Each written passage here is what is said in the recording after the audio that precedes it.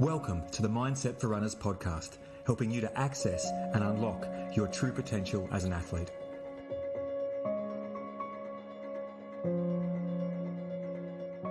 This episode is brought to you by Koda Nutrition. I've been using Koda gels and electrolytes for the past 8 years, and they've got me through countless long runs and ultras. My favourites are the lemon electrolyte tablets and the cola gels. I've also benefited from Koda's sweat rate analysis, which has allowed me to know exactly how much sodium I lose per litre of sweat, and that helped me to dial in my sodium intake during training and racing. Koda Nutrition have generously extended an offer to all Mindset for Runners podcast listeners until October 31st. Just use the code ROB15, that's ROB15, to get 15% off your next order over $50. Hey, it's Rob here, and welcome to this very special interview with Brett Connellan. This is one of my favourite conversations that I've ever had in my life, and strap yourself in because you are in for a real treat in these next 2 episodes. So Brett is a surfer, a long-distance paddleboarder, a shark attack survivor. He's a filmmaker, a motivational speaker, a captivating storyteller. He's a mental health advocate and an exceptional athlete. And now, on top of all of this, Brett is an ultramarathon runner as well. Brett's life will be changed forever when he was attacked by a shark at Bombo Beach near Kiama in New South Wales, and he almost died on the beach. In this episode, you're going to learn how Brett embodied the lessons and the wisdom he gained through his incredible resilience and post-traumatic growth after the shark attack, which have catapulted him into a purpose-driven life. You'll also learn how his story and his life is now dedicated to helping others learn what they are capable of achieving and to helping them realize that we only get one shot at this thing called life. I'm still processing my personal realizations and lessons from this life-changing conversation with Brett, and I don't say that lightly. I hope this interview hits you as hard as it hit me. Please enjoy this captivating conversation with the one and only Brett Connellan. Thanks so much for your time today, mate. I'm really grateful that you come along. Oh, I guess that gratitude's extended back with everything you've given me so far. So thank you. Well, I didn't give you much at all, but I've got 1,000 questions I want to ask you. But we need to start with a bit of background. You grew up in Kiama. Can you tell us a bit about that and when surfing came into your life? Yeah. Kiama is, I mean, as a lot of people around here know, an amazing place to live, a great place to grow up.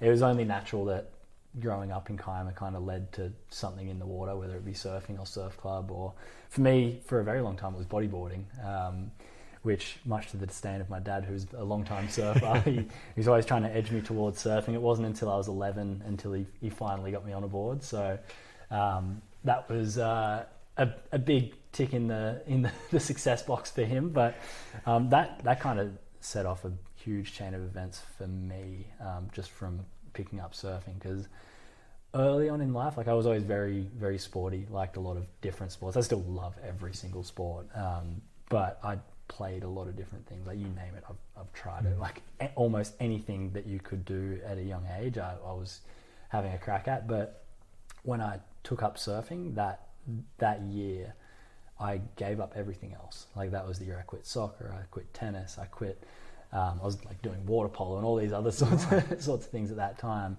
And I gave them all up, and I was like, I just want to surf. So there was just something about the sport where I didn't necessarily know at the time how big it was going to be in my life, but it just had this allure to me where I was like, this is amazing, and it's all I want to do. And I guess the thing with surfing is to enjoy it as much as possible. You kind of need to have the time for whenever the waves are good. So, you don't want to drive to soccer practice and have a look and see the waves are firing as you're driving along the beach there and feel like you're missing out. So I made it a priority because of the love for it. And I think that's kind of the cool thing about the love of surfing from a young age that develops. It changes as you get a little bit older with surfing. Like, when you're younger, that is surfing at its purest form. Like, you don't really care about how good the waves are. You're just stoked to be out there. You're stoked to be doing it, and you're improving as well.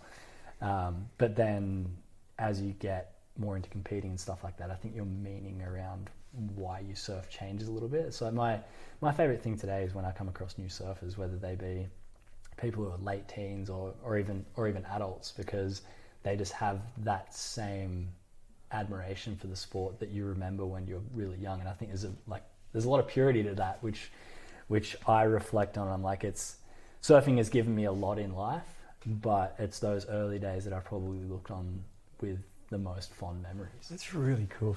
So as you progressed and you went into comp surfing, did that purity change for you? Yeah, because it becomes more about the results in a way, and surfing is a very brutal sport to do competitively, because like my dad used to always describe it as after 20 minutes, half the field goes home. Yeah. After another 20 minutes, the next half of the field goes home, and there's only one winner at the end of the day.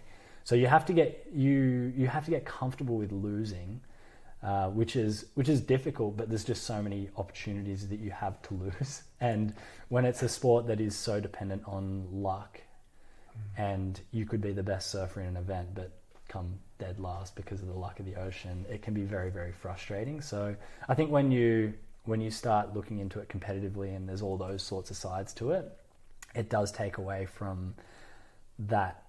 Like when you were younger, as I said before, every surf is just the best, because you're just out there and you're enjoying it, and usually it's like the best surf of your life. Whereas there's not many surfs you'll have, a fair number of years into it now, there's not many surfs I'll have a year where I'm like, that was the best surf, because I'm probably past those days.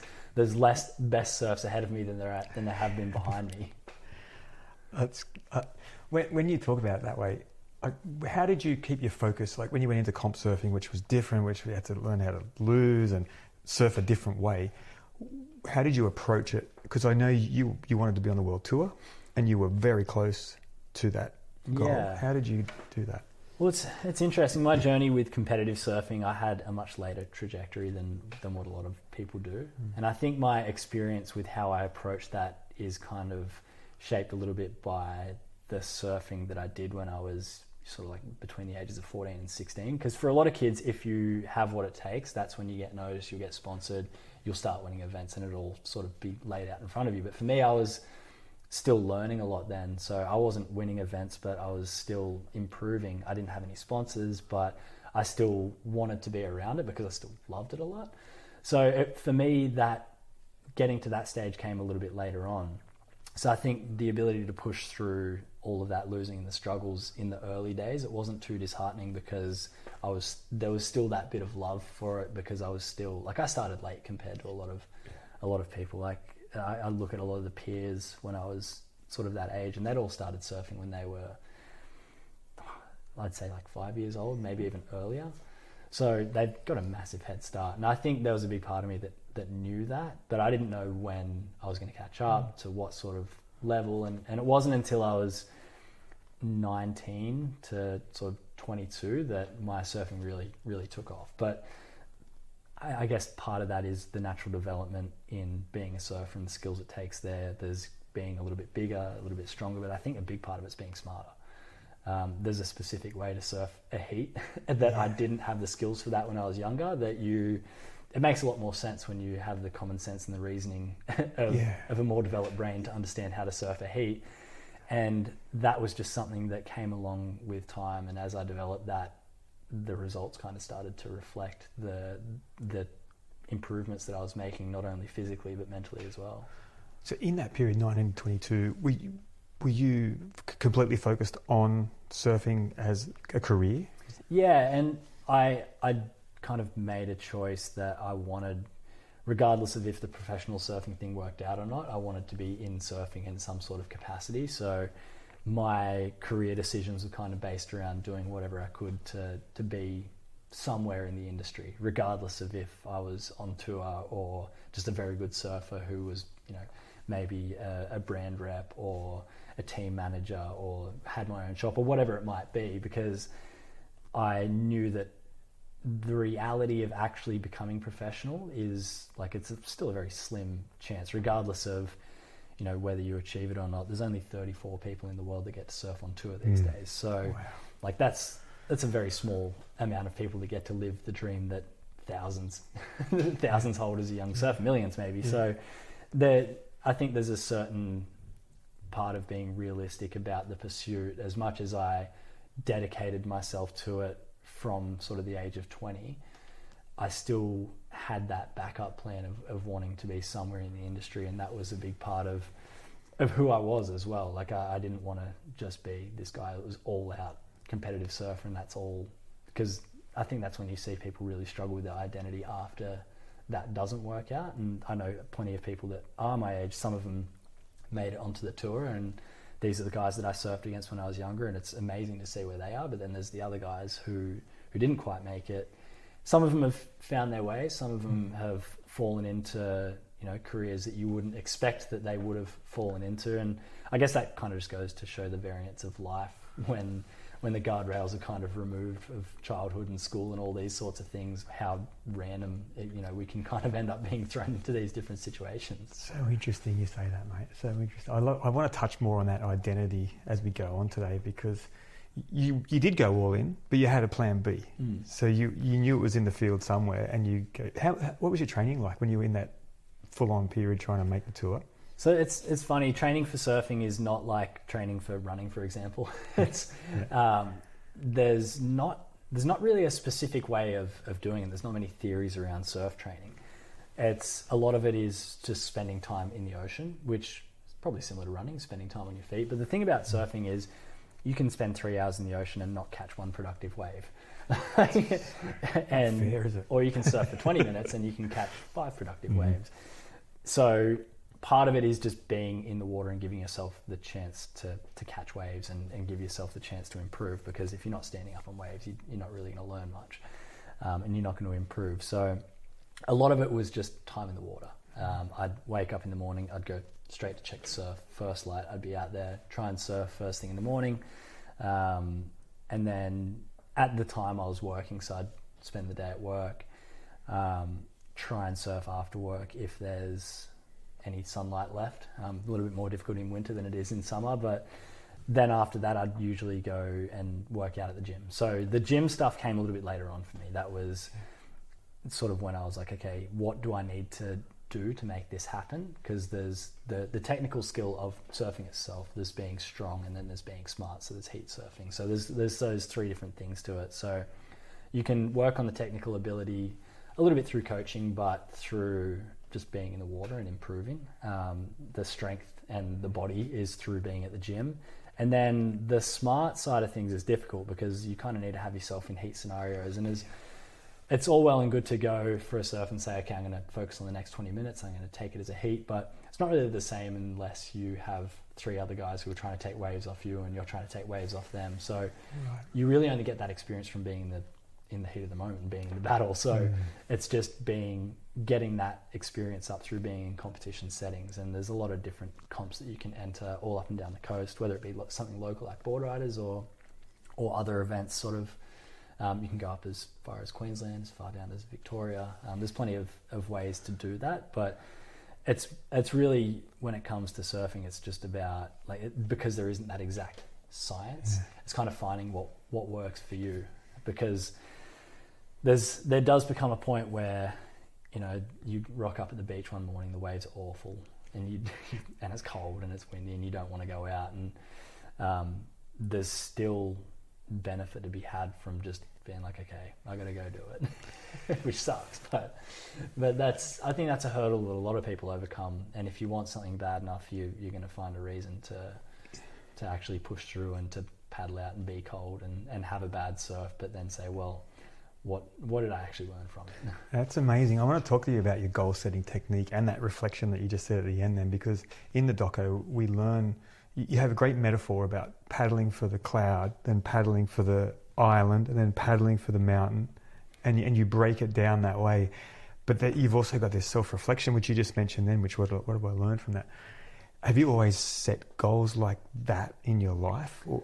No, it's been something that's come rather recently. I'd like to think that I would have had some sort of direction when I was younger, but for me it was really only just about surfing, and professional surfing, and having that backup. That was kind of the only thing I could say was anything close to a goal when I was younger and growing up. But it wasn't until after the attack and going through the recovery that I learned a lot about goals. And I think a big part of that is because when you're younger, the idea of setting a goal and failing is terrifying. And it wasn't until I actually learnt the lesson of, failure being a good thing, first of all, but being something that you shouldn't really be worried about.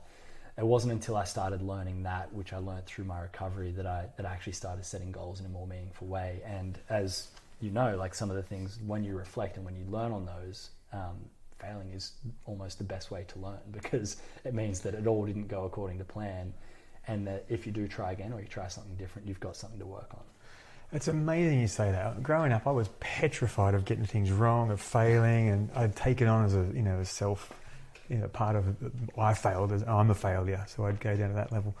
But you said you didn't learn that until your recovery. I can't wait to hear more about that. Can you take us to the pivotal point in your life? Yeah. Because I want to hear you talk about it. How long do you want me to talk about it for? Mate, I just take your time, because when you brush over it, yes. it doesn't have the impact. Yeah. It's an interesting thing to be given free rein on how to talk about the attack. So it's obviously, like, when you look at the experience as a whole, it is a terrifying experience that, for me as a surfer, is something that you hope you never encounter, and you don't know how you're going to respond until it's actually happening to you. And it's one of those things where I always say that I was weirdly prepared to be attacked by a shark in a way, because I think I've always known that has been a fear that's in the back of my mind. It's not something that has ever stopped me from going in the water or surfing, but I think part of being so aware of sharks and the risk that you take in going in the ocean, you kind of have to think about, well, what would you do if something did happen? And I'd not always ask myself that question, but I have over the years kind of been like, okay, well, like, how would you react? Like, would you do what everyone says and, like, punch a shark in the nose? Or, would you have the wherewithal to one of the big things that I remember was in watching Bethany Hamilton's documentary, and one of the things that I always was like, okay, I remember that she didn't look down at her arm because she didn't want to go into shock. And you're like, will you have the composure in a moment like that to actually follow through with this plan that you have set in the back of your mind? And you just don't know how you're going to react until you're faced with that. And to say I was prepared is one thing. To say things worked out how I thought they would is completely different, because you can't prepare your body as a human being to react to this thing which is so bizarre for a human to find themselves into. And the only way I found it effective to explain what this is like and how foreign it is for humans to understand it is, like, as human beings, we, in today's day and age, we don't know what it's like to be part of the food chain. Like, we think of ourselves as apex predators, but it's not even that. We've escaped the food chain. Like, we developed the tools and the knowledge, so we don't even have to worry about it. But there's still a response within us that, if we are put in that situation, there's that instinct that knows how to respond. And that's fight, flight, or freeze. But it's just, we don't usually use that in such a situation like this. So being put in that situation where you look down and you see there's a shark biting your leg, it's not like you have a moment to think and be like, okay, what's my action plan? What do I do here? Because you just freeze. And that's actually instinct playing its role there. Fight, flight, freeze is one of the most interesting responses, and something that's fascinated me for a long time since the attack, because I've looked into those different stages and related it to the attack itself and said, okay, what parts were frozen? Was there any fight? Where was the flight? And I think it's really interesting to look at the attack through that lens, because the freeze is where the moment where time slows down to the point of stopping. That's where you talk to most people who've been through something significant, be it a car crash or something. Everyone always talks about it in a similar way, where they're like, yeah, time 100% slowed down. And that is the freeze response, which I think a lot of people have a misconception of what freeze is. They think it's like giving up or surrendering. But freeze is actually, I found out later on, is fight and flight on hold. So freeze is an information gathering exercise where you figure out which one is the best to do. And for me, you're taking in all this information, and there's a number of things that stand out there, which leave a pretty impressionable, like a big imprint on your memory. There's 3 things that I always talk about that stood out to me the most. The first is the feel of the shark's skin, because you wouldn't think that that is something you would take in a moment like this, but as it's biting down on my leg and I'm trying to like push away or hold it, you can feel its skin. And just remembering that really rough feeling of its skin is something that stands out to me. And I wouldn't think in the moment that is something you would remember. There's the absence of sound, and not even the fact that it was quiet, it's just dead silence.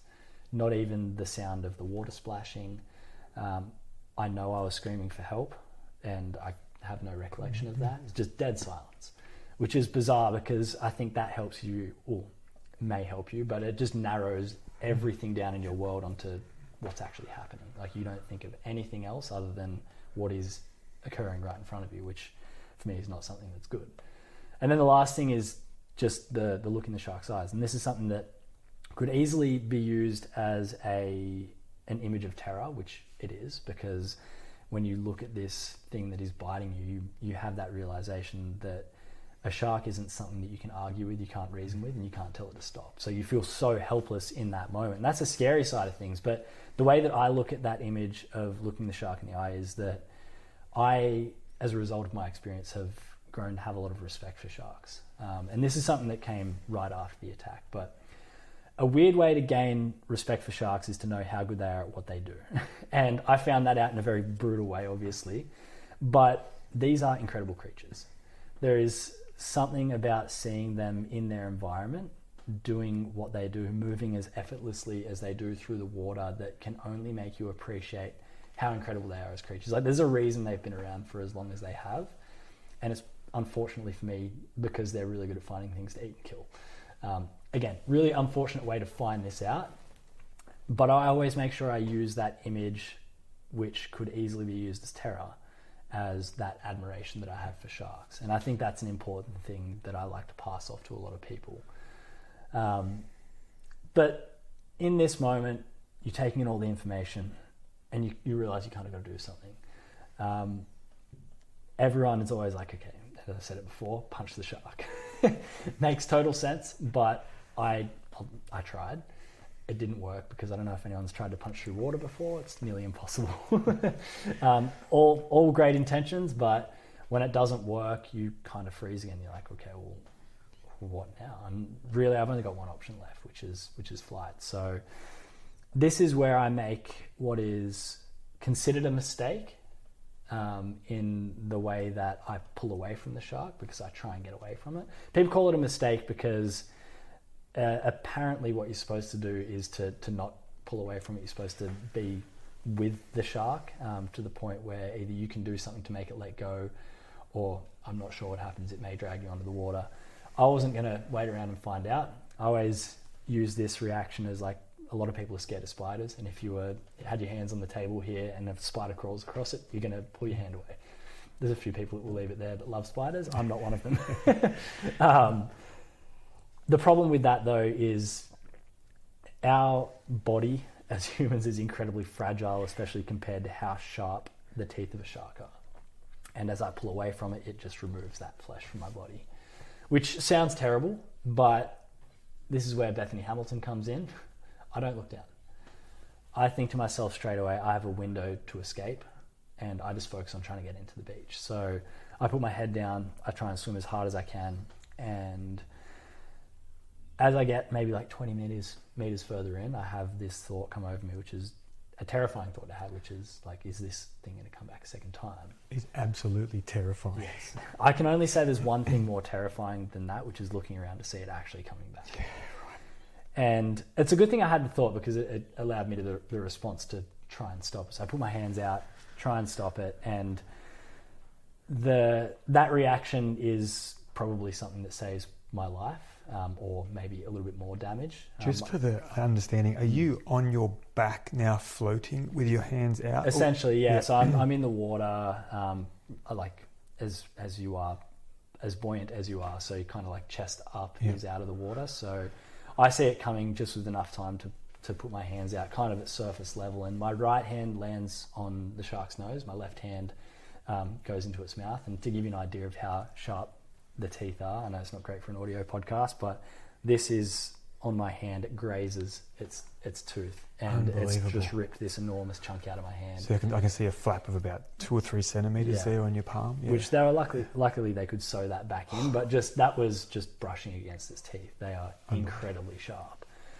But there's this moment where I'm like arms extended, hands on the nose of the shark, and it's pushing me through the water. I'm like, how do I get away from it now?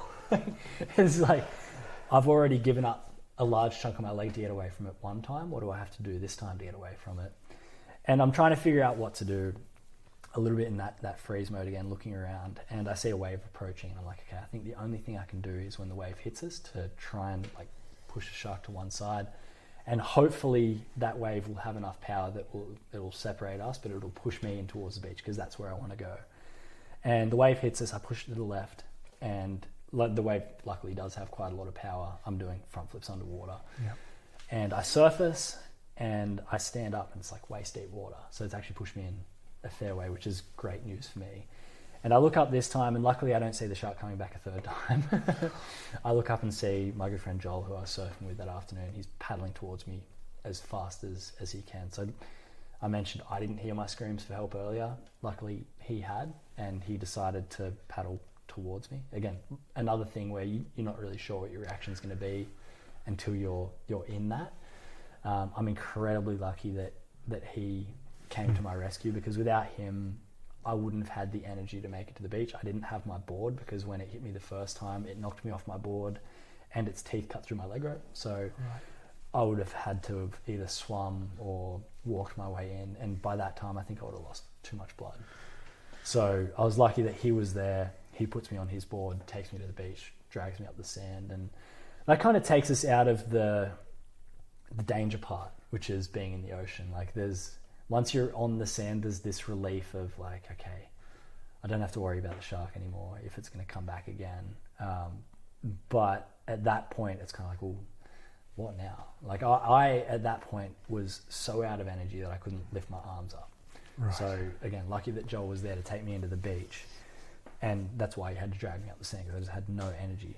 And Joel runs off to get some help, and he's like, I'll be back. And I'm just laying there by myself, and there's such a draw to want to look down to see what has happened, because you kind of need to take stock. But there's like, probably out of everything I've done in life, I think the most strength I've ever had is not looking down in that moment, because I'm like, I just not going to benefit me if I know how bad it is.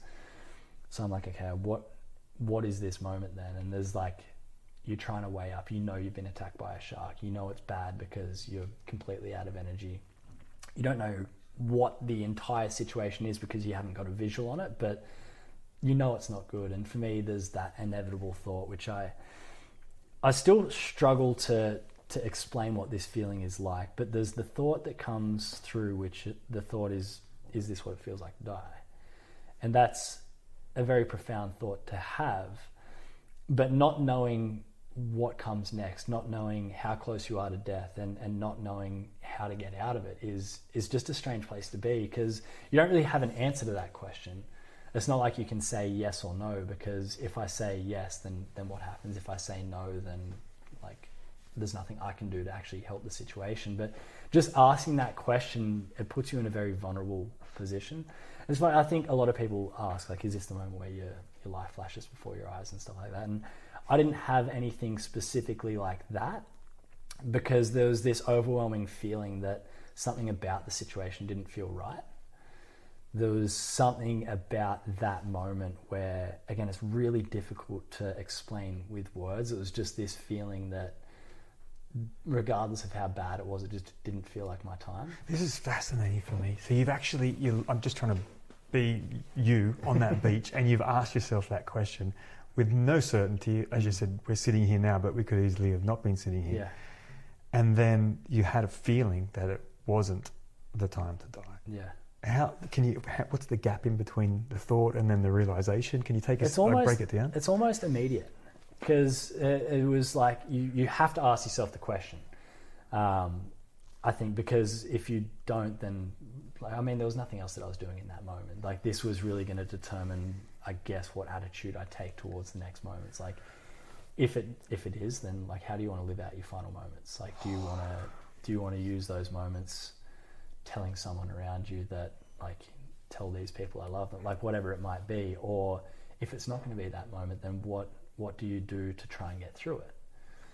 But that's the strange thing about it, is that overwhelming feeling of no, like straight away. It was, I don't know if it was because I refused to believe it, or if some part of me knew that there was this small amount of survival that you know, and it was a small part of survival that kept me alive. There was just that thing where as soon as I was like, no, it doesn't feel right. Okay, well, what can I do? And it was, there's not much I could do. Like, it was really just breathing and staying present. So this, and that's what you did. You could breathe. You didn't look down. Yeah. It's like that intuitively came to you. I'm just going to breathe, and you're alone. You're completely alone. Time, yeah. And that's a vulnerable place to be in, because you don't know when Joel's coming back, how long he'll be, what sort of help he's going to come with. Like, you hope he's going to come back with an ambulance, but all likelihood he's just going to come back by himself and try and do whatever. And I guess this is where I always say that when I look at this whole experience, I was incredibly unlucky to be attacked by a shark. Like, you look at the odds of being attacked by a shark, and numerically it's a ridiculous thing to even try and fathom. I always say it's like winning the lottery but in the wrong direction. Do you have the numbers? Do you know? There's not an exact number. It's anywhere between 1 in 3.6 and 1 in 11.5 million. Right. So, like, even if you go at the lighter end of the scale of 1 in 3.6 million, it's yeah. So, going from the most unlucky I've been, I think from the moment I said to myself, this doesn't feel like my time, I want to focus on breathing and staying present, it was from there where the luck started to turn. And I'm not sure if this is something that people can see as like a spiritual thing, or if it's just circumstantial, whatever it is. I always make sure that I outline all of the bits of luck that kept me alive, because luck comes in the form of where I was bitten.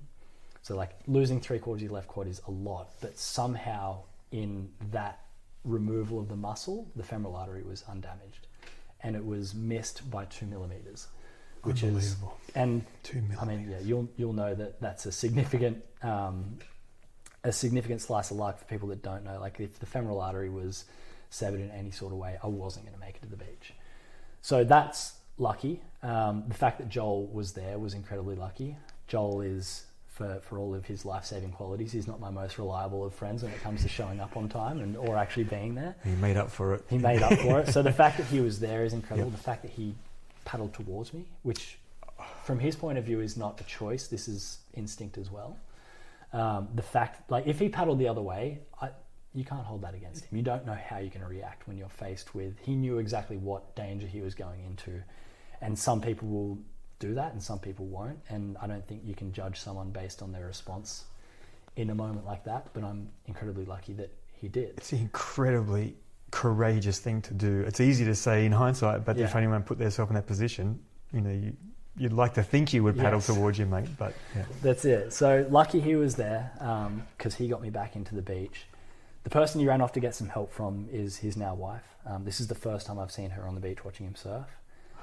She was the person that called the ambulance, helicopters, knew exactly what I needed because she's an intensive care nurse. Lucky she was there. Everyone always says, oh, there's always a nurse. And I'm like, yeah, there's always a nurse. I had 2 nurses because there was one other person walking along the beach who was also a nurse, who, you know, John says he doesn't know why he went for a walk that afternoon. It's not something that he does every afternoon, but just the luck. Like, and that's where I look at that situation as a whole, and it would be easy to focus on how unlucky you've been to be attacked by a shark. But I think the luckier thing is combining all of those tiny bits of luck and saying the fact that I'm here with an ability to share the story is incredible just by itself. And for me, that outweighs how unlucky I was to be attacked by the shark in the first place. How long did it take you to put all that together to be able to see it in that 360? There's a feeling of being lucky to be alive when you wake up in hospital. Like that's kind of where it starts. But it's not like you can just wake up and be like, oh, I'm grateful for all of this stuff. Like, that takes time, and it takes. I don't think it's something that you can work out just through thinking. I think you work it out through your experiences and talking to other people. And my overall attitude towards everything has probably taken it's probably like I'm still learning a lot about it.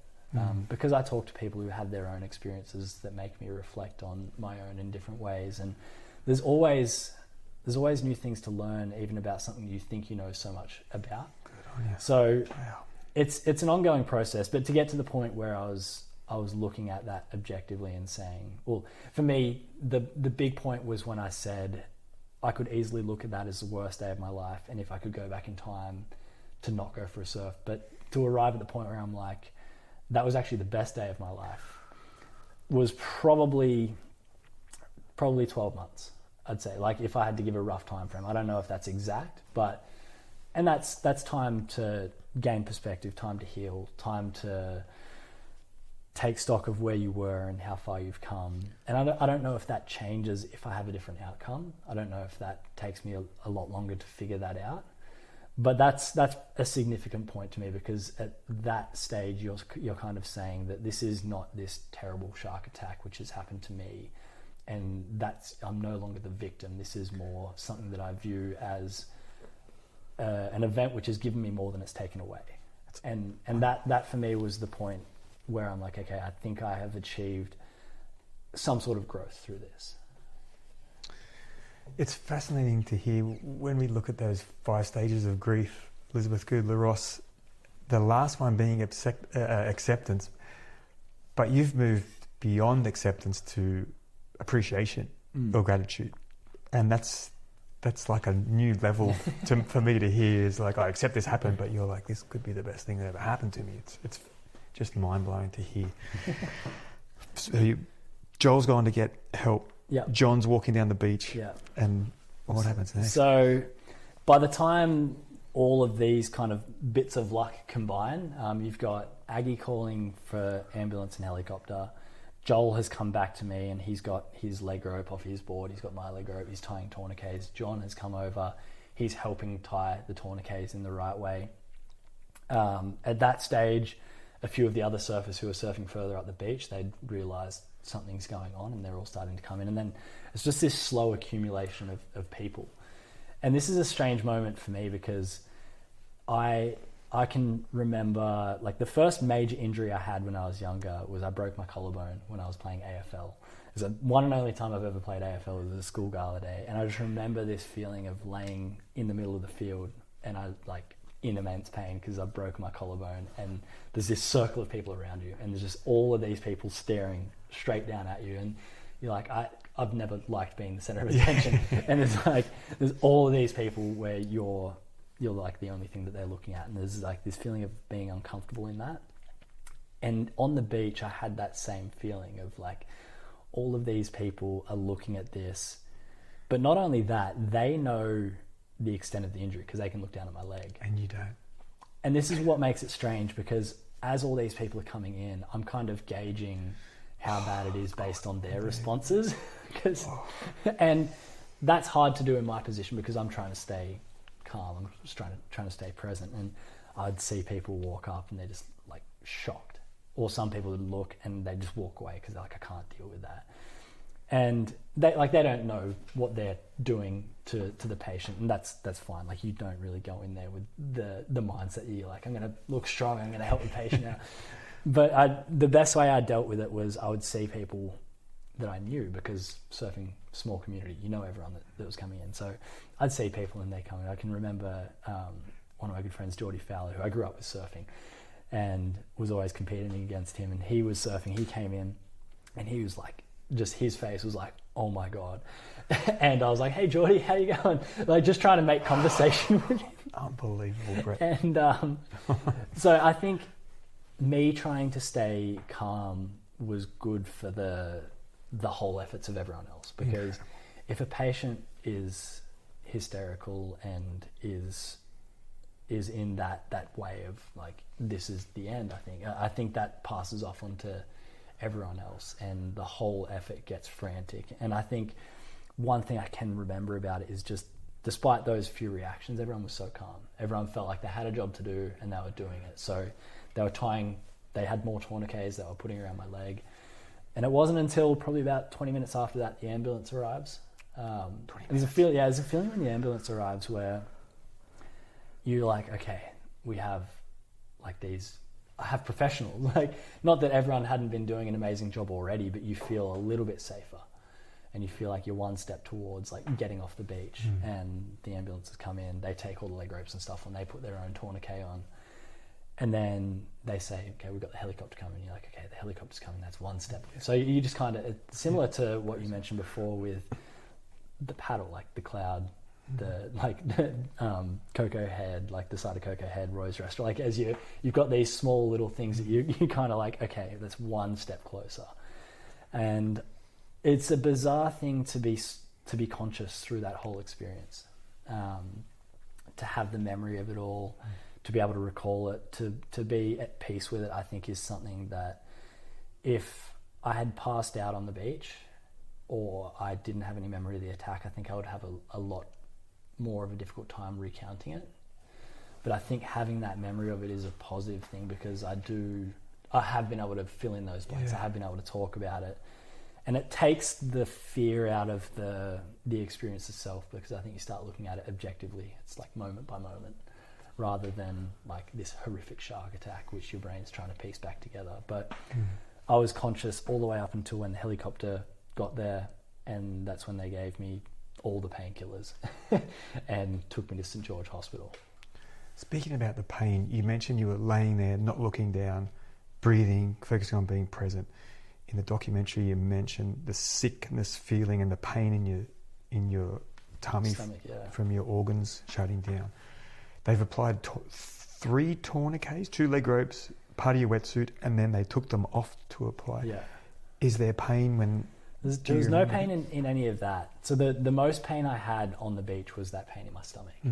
And initially I thought I'd been bitten there. Right. So I had gotten, when Joel came back, I was like, can you check to see if there's any bite marks on my stomach? And he was like, no, there's nothing. And I like couldn't believe him, because I was like, that's so painful. Wow. And that was the only pain that I had the entire time on the beach. I guess because there's so much adrenaline that's it's enough of a natural painkiller. But there was no specific pain that I was like, okay, my leg is in agony. It wasn't really until I woke up in hospital that I was even aware of where on my leg the injury was, because then I could feel this like kind of this dull pain just to the entire leg then. Yeah. So the lack of pain is a strange thing, but I think that's the body's way of kind of protecting you from that situation. Like that kind of goes to say, like, your instinct and how your body works to survive. Something I've always been fascinated by instinct, because I think as human beings, all of our responses are kind of set up for survival. And I think that's why I always say to people, like, trust your instinct, trust your gut, because it always has your best interests at heart. Whether that's in a survival mode or just in a lot of different scenarios, I always like to trust my instinct, because there's so many times I can look at where it has innately made the right decision. This is fascinating to me. So can you describe the instinct versus like thought or head trash? Trash. Yeah, well, I'm trying to think of another scenario where it might apply in a similar sort of way. I mean, it probably is apt to use a running description. And one of those times where, like you hit a wall, or you're in some sort of physical pain when you're running, and your brain is trying to tell you to stop, because it's saying like it could lead to injury, it could be really bad. Or is it just the fact that you're really fatigued and it's something else that you can push through? And it's always that battle of listening enough to your mind and saying, okay, how bad is it? Do I need to get attention to it? Or is it something that maybe my instinct and just the ability to push through that is going to work us through? So I think there's kind of always that balance, but I guess the ability to listen to what that instinct is saying, and to, it's obviously something that you can listen to. And if it's something that gives you an option, I will more often than not probably follow the instinct and see where that goes before maybe thinking about it in a different way. But I also think that instinct is fairly logical, whereas our brain is highly emotional in a lot of different stages. That's a fascinating insight. Okay. Because what you described before was that the brain is trying to protect us always through searching for negative and building a story around the negative. but you can you override that with the instinct, but then you actually say that instinct is logical as well. Yeah, which I'm not sure if that's something that it makes sense in some situations more than others, but specifically for the attack and being on the beach and all of that, I didn't make a single decision. Like there was nothing that I did where I was like, this is what I'm going to do, because it was all stuff like even not looking down at my leg. Maybe it was a decision I made at some point, but that was something that acted with my best interests in mind, and it was completely logical, because if I was to look down, I'm going to go into shock, I'm going to panic, I'm going to lose more blood than what I need to in that moment. So I always think that there's a lot to be said for the power of instinct and trusting what that first response might be. I love it. I think I need more of that in my life, mate. That's a really good insight. They put you in the helicopter. There's not enough room for your mum. Your mum and dad are on the beach. Yep. And feeling helpless and all the incredible emotion. You're going into the ketamine and all the stuff they're giving you. Yeah. What happens there? Yeah, so that was a difficult time on the beach, like getting into the helicopter. Again, like I had been very, like, I want to say process driven, but it's not really that. It's kind of like, I was trying to be as logical as I could the whole time on the beach and trying to avoid that emotional response. And the first time the emotion hit me was when they were like, okay, you're going to go on this helicopter, and they were telling Mum that she couldn't come with me, and which is a funny thing to think about, because I don't know many situations where there would be an air transfer and someone is able to go with you. But there was just a feeling within that, I think because my parents actually got there on the beach, that I had someone close to me, someone familiar that was going to be able to guide me through that. And the moment that you're told that you can't have that, it's really hard to kind of grapple with how you respond to it and what you do next.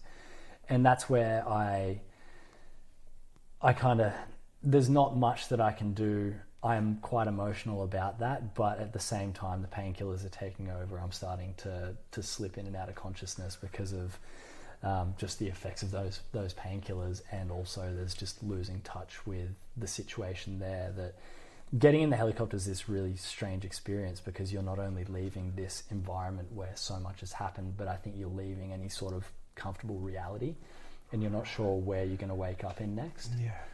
Like I knew I was going to hospital, but there's still uncertainty of if you're going to make it or what sort of state you're going to wake up in. And I know I've talked about a bunch of different times about the dream that I had in the helicopter, which was one of the most bizarre experiences I've had in my life. And another thing that's really difficult to explain through words, but basically this dream I have while I'm in hospital is something that, in the helicopter, is something that documents my recovery. So I wake up in hospital, we talk to doctors, we do all this stuff about this injury, which I don't have any details of in this dream, but I just know that I've woken up in the hospital, I've had an injury, and then we start like working through recovery.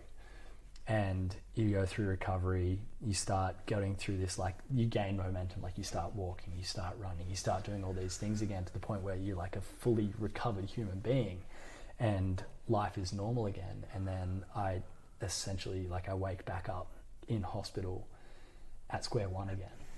And it's this strange moment where you're trying to grapple with this experience you've had in this dream, which is quite a spiritual thing to encounter, where you could say to yourself, like, I've been through this, I have the keys, I know what it takes to recover.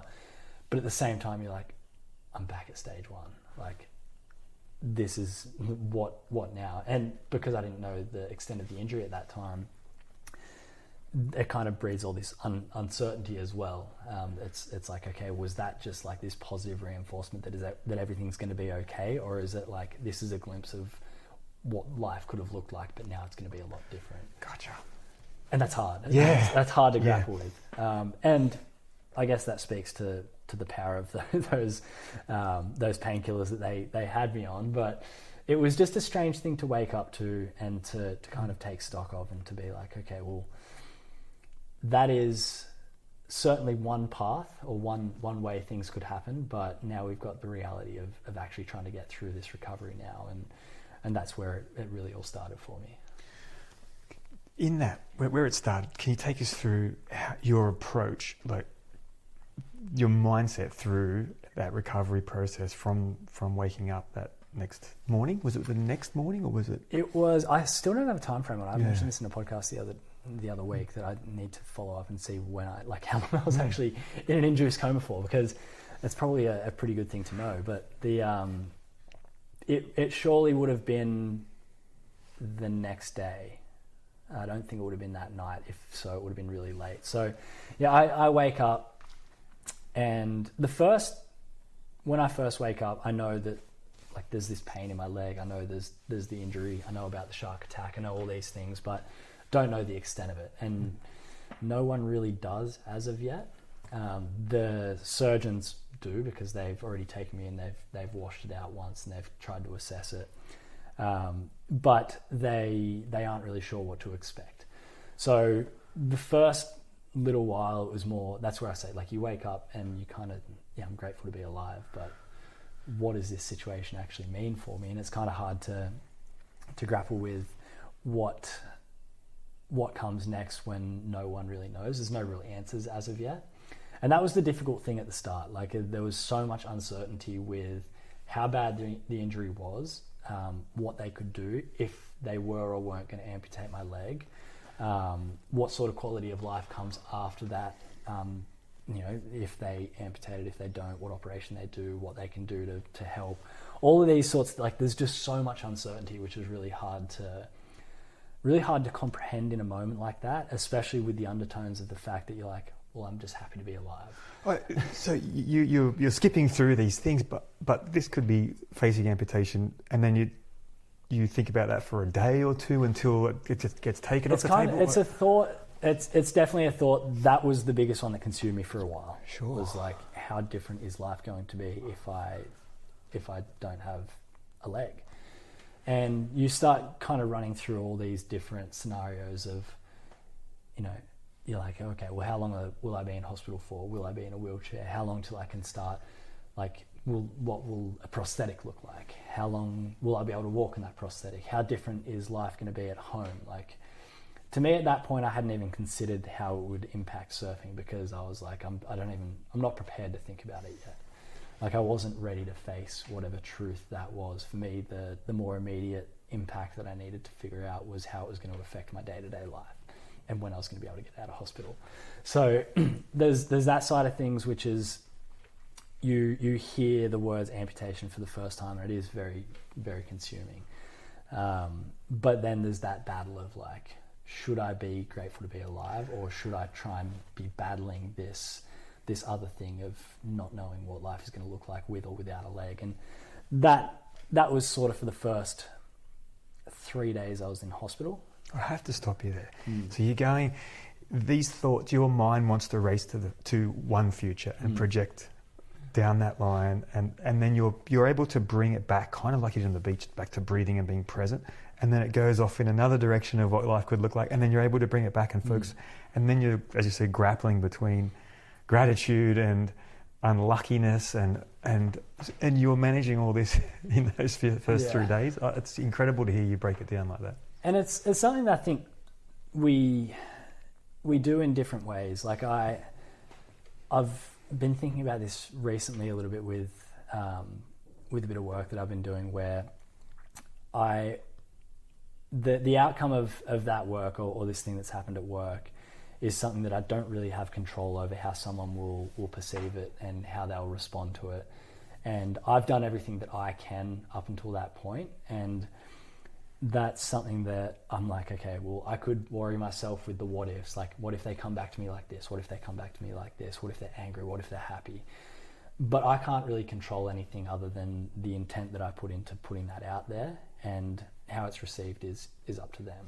I know that I've done everything, and I guess it's a similar sort of thing in this scenario. Like, there's nothing I can do right now that is going to change the outcome of whatever those things are going to be in the future. So all you can really do is bring it back to the present. Like, that's the only thing in your control. Because that's, as a human, part of part of, I guess, a lot of that anxiety comes through the lack of control that we have in a lot of different situations. So what can we control when there's so much that's out of our control? It's really just our thoughts and where that leads us. So rather than lead it down the path of catastrophe, you're much better served to bring it back to the, something slightly more positive than that in any sort of way, and know that that's all you can do in that moment. You can only really deal with stuff as it comes up. So that was the thing. Like the first, so they did that initial washout. As I got into hospital, I had a day off, and then the day after that they did another washout because there was still sand in it, and they wanted to figure out what they could do. And it wasn't until after that they started talking about potentials for things other than amputation. So they'd obviously seen that there was enough muscle there that they might have been able to work with a transplant, where they looked around for different muscles in the body to see what could fit, because essentially there was 15 centimeters of exposed femur, which they needed to cover up, because if that bone gets damaged, then that's a certain amputation. Right. So they're like, okay, if we can cover that with a muscle, we can say, 15 centimeters is consider a lot. And that's where, when you pulled away, Yeah.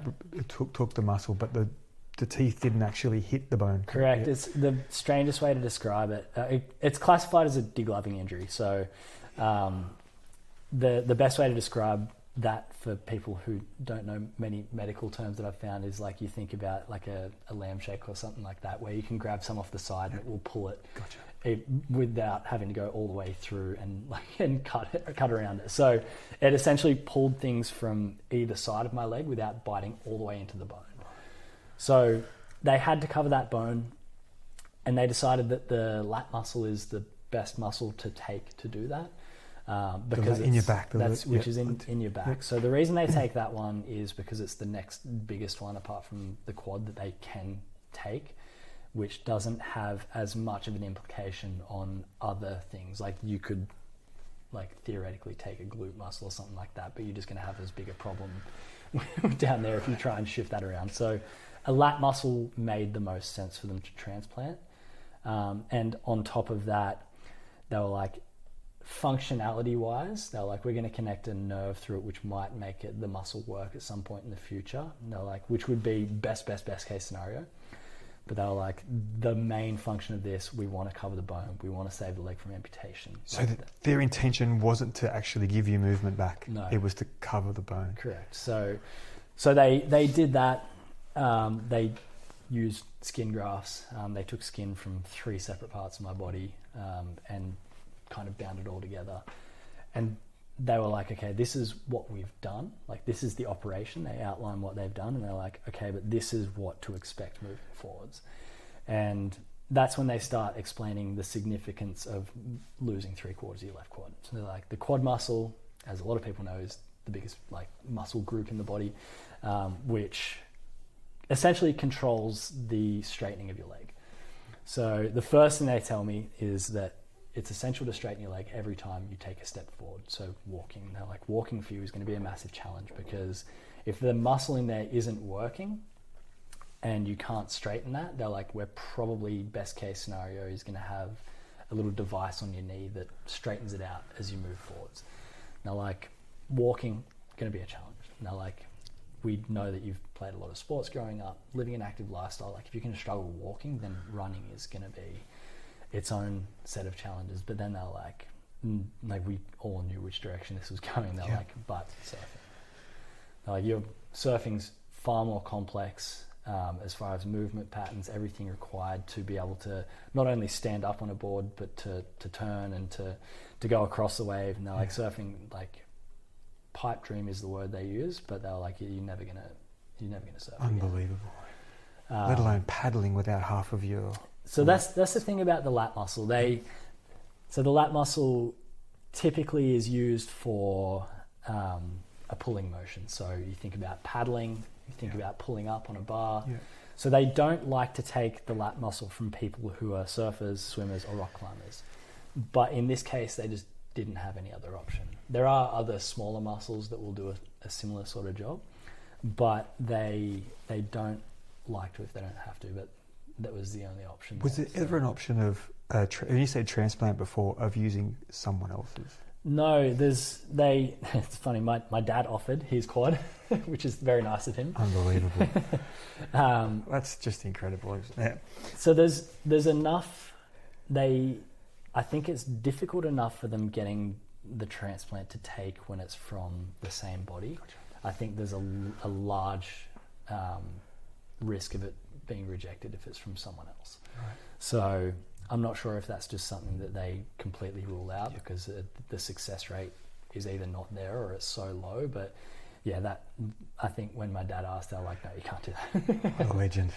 So yeah, I guess you've got what they do to save your leg, the prognosis, and that's pretty bleak. Yep. And how you deal with that information. And despite how, all of these things that I just said about the things you can and you can't control and looking at things positively, I shut down. Like, it's the reason that was so hard for me to hear is because, like, we already know how big a part of my life surfing was, and it's more than just a sport. It's purpose, it's identity, it's friendships, it's a dream. Like, it's all these things all in one. It's my whole life just taken away from me. And it's really hard to grapple with what life is going to look like when you've been told now with certainty that this is what the future is probably going to look like. Because up until that time, I could control it because I was like, okay, it's only speculative. But when someone says that and it's reality, that's what caused me to just kind of shut down. Understandably, yeah. So that kind of takes us to a point of being like kind of lost, not knowing how to move forward, not having any blueprint. I hadn't been there before. I didn't know what to do. And there's a huge amount of hopelessness that you feel in a moment like that. And the only natural antidote to hopelessness is hope. And hope it can be found in a number of different ways. There's like one specific moment of hope that I always point to that I'm like, okay, this is the moment that turned everything around. It was a text message from my physiotherapist, Scott.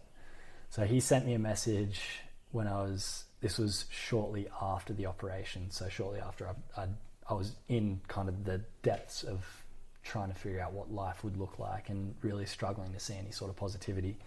And he sends me this message, and in the message he's got some words of advice where he says, regardless of the prognosis, you've got a long road ahead of you. He says, people don't fail by aiming too high and missing, they fail by aiming too low and hitting. Look ahead with determination and set lofty goals. Wow. Which, that's an incredibly powerful set of words to hear, but that was coupled with the fact that he had offered to help me by donating his physio services and saying, I want to help you get better. And he's located in Kiama, so someone that's close to me, someone that wanted to help. And part of it is that bit of hope of someone being like, I believe in you, you can do it. And the other part of it is someone being like, here's a tool to look at. Like, it's all about the goals that you're going to set, which is going to shape the recovery moving forward. And like, I looked at that message for a long time and tried to figure out what it meant, because like we said earlier, I hadn't really set goals up until that point. Like, you hear of goals when you're in school and they're like SMART goals, all these sorts of things. But I had never really applied anything like that. So I was trying to think of ways to specifically apply this message and this type of goal setting of being overly ambitious to my situation. And I remember I had a few weeks to think about this because I couldn't go and see Scott until I left hospital. So I really couldn't set any goals. Plus, when you're in hospital, it's really just about the wound recovering and them getting you to a basic state where you don't need nurses to help you every single day. So I had a lot of time to think about it. And I remember leaving hospital and I was like, okay, I think I've got it. I've thought about Scott's message. I want to be ambitious. I want to learn how to walk again. And I went in and saw Scott the first time, and he, like, we met, we chatted, and it got to the point where we set some goals, and he was like, okay, I'll kick us off. He wheeled over this whiteboard He's like, I'll start us off. And he's like, and he goes over to the whiteboard and he writes down independence on the board. And I was like, okay, what do you mean by independence? He's like, well, your mum's driving you around at the moment. You can't have that for the rest of your life. So we're going to get you back on your feet. You're going to be able to get around the house, all these sorts of things. You'll be driving yourself around the car. I was like, okay, that makes sense, I guess. Sorry, are you in a wheelchair? I was on crutches. Okay. Yeah, by the time I left hospital. Yep. So then he walks back over to the whiteboard and he writes down livelihood. And I was like, what do you mean by livelihood? And he's like, well, you got to get back to work, don't you? I was like, yeah, I guess. And I was like, oh man, like I came into, like I had all this ambition. I was like, I want to walk. And I hadn't told him that goal yet, but I was like, I feel a little bit let down by the fact that he's just told me I need to drive myself around and get back to work. And then he goes back over the whiteboard and he writes down surfing. And that's a big jump. Wow. And I was like, I was shocked. And he can see the shock in me and he's like, you're right? And I was like, well, like that seems like a lot. And he goes, well, do you not remember the message that I sent you? And I was like, I did. He goes, what was the goal that you had in mind? I said, look, to be honest, I wanted to walk again. He goes, you're missing the point, aren't you? He goes, do you know what you need to get around the house and to get back to work? And I was like, kind of. He goes, you need to be walking. And it all just hit me, like it all made so much sense. It was that moment of clarity where I was like, still with his words in mind, I had become one of the people that had aimed not high enough. Yep.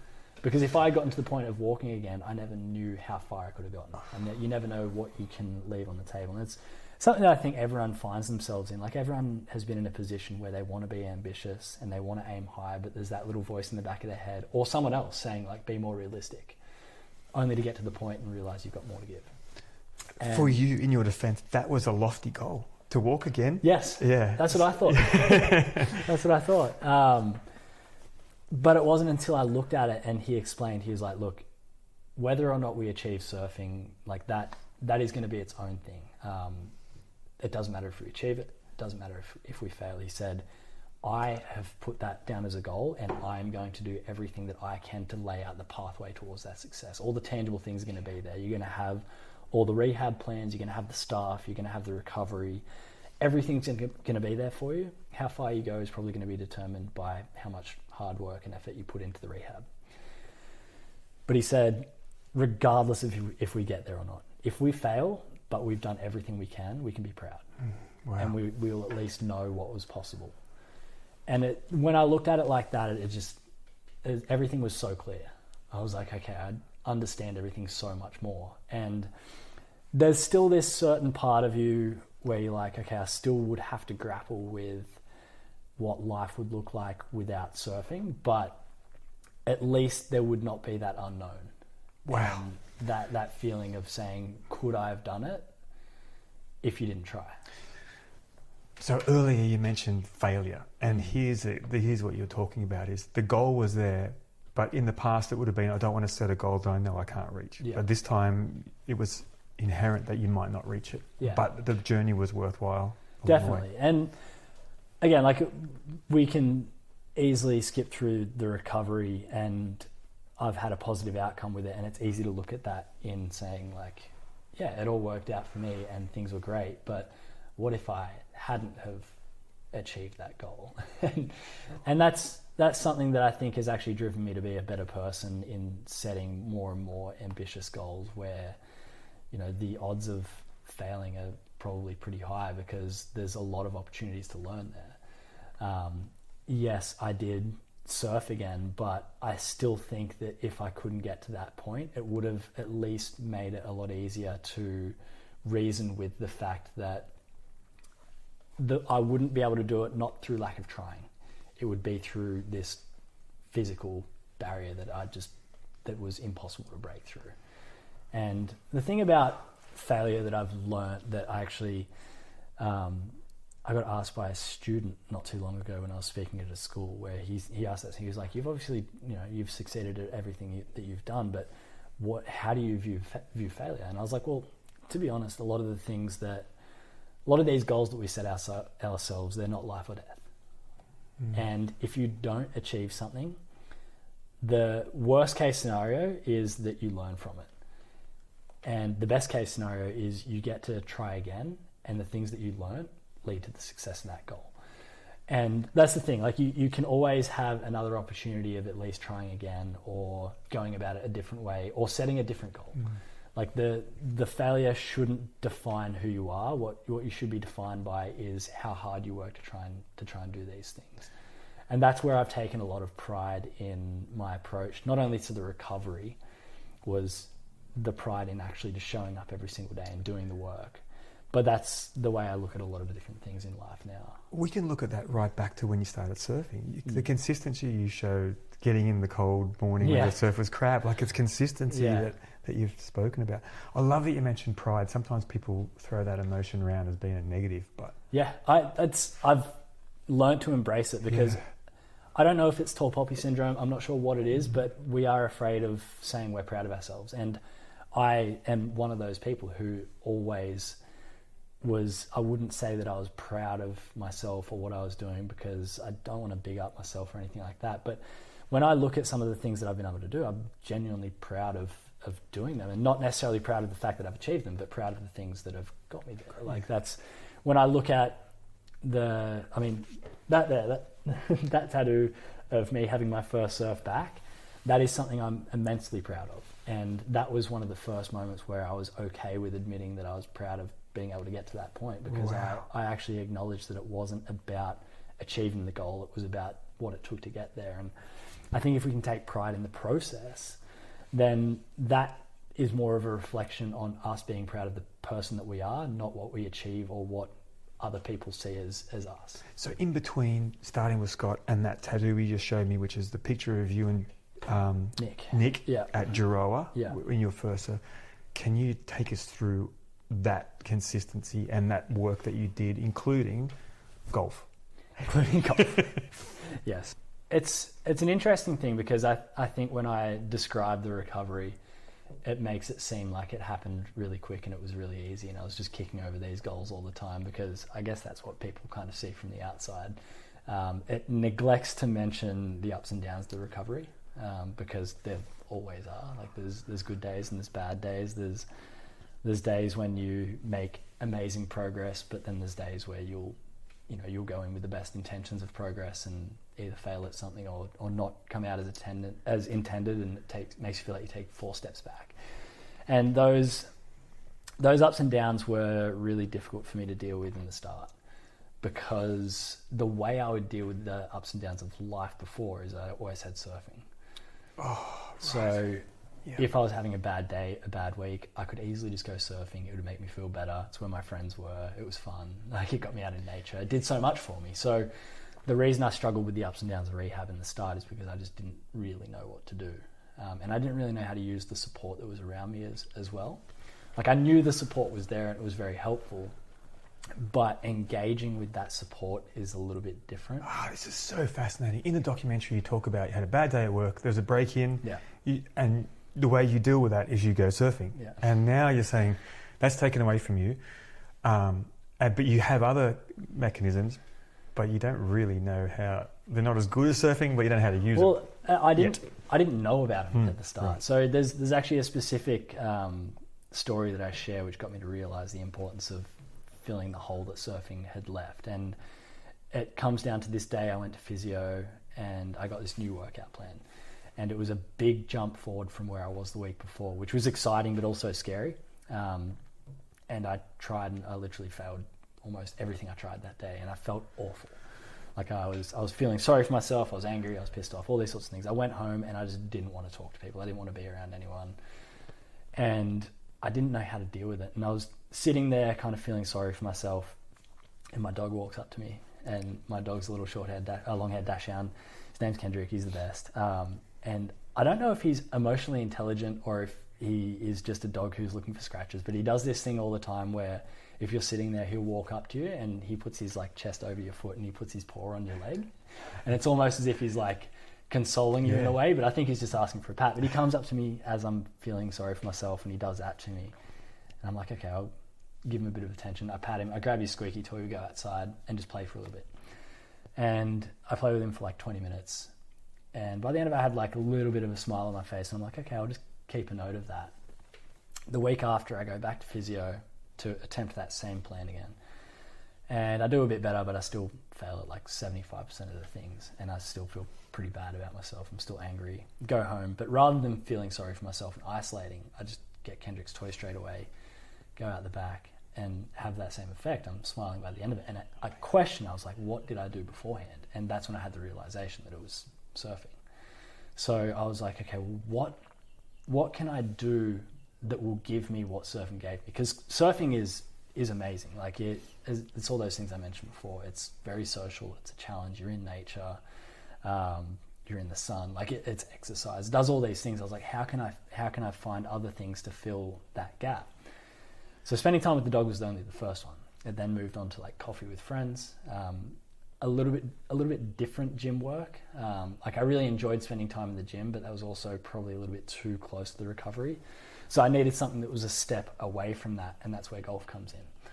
I took up golf because it was like the only thing that I could do where I was like, what's a sport that I can play where I don't have to run around and I don't have to be mobile?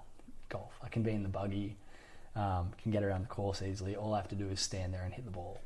And I went down just to the driving range with a friend of mine, James, who's played his whole life. And he's been a good friend of mine who became a much better friend through the recovery. Wow. And through this whole golfing experience.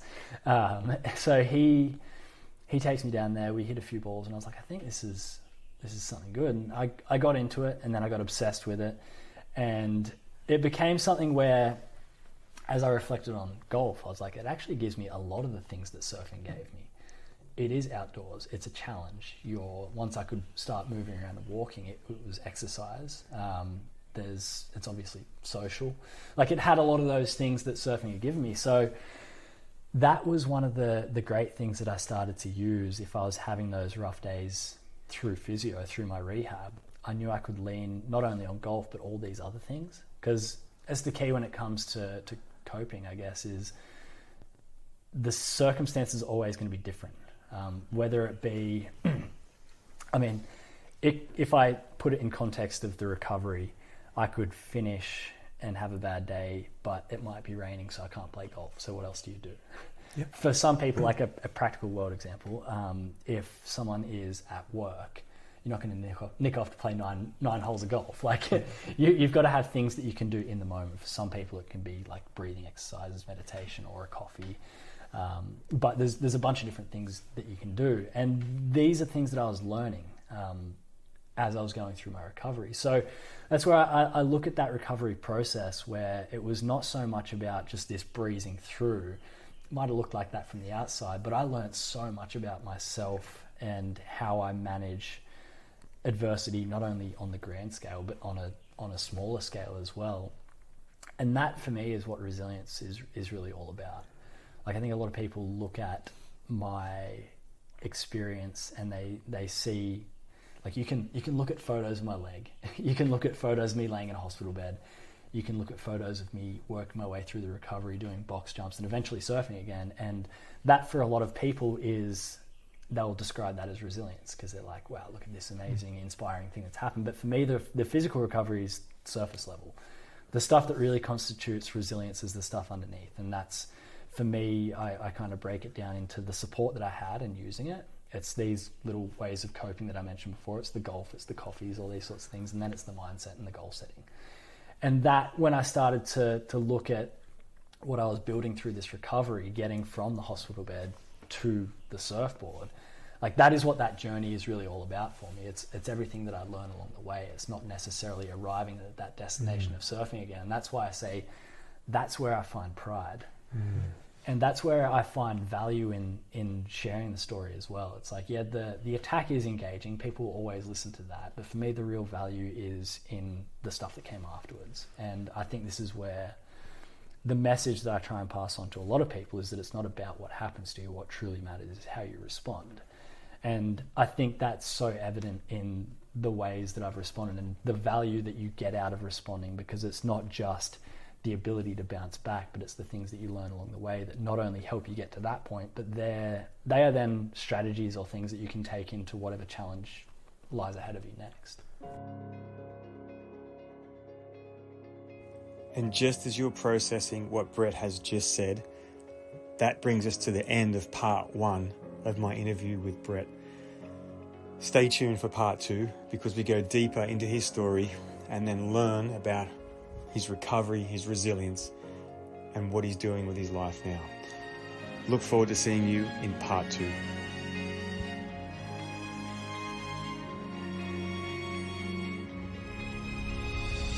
Thanks for listening to the Mindset for Runners podcast. I hope you got something practical and useful out of this podcast, or something inspiring to help you get out for your next run. If you have a question about Mindset for Runners or athletes in general, please email me at robmason.run@gmail.com and I'll answer your question on an upcoming podcast. And if there's anybody you know who could benefit from the information I share in this podcast, please share it with them. See you next time.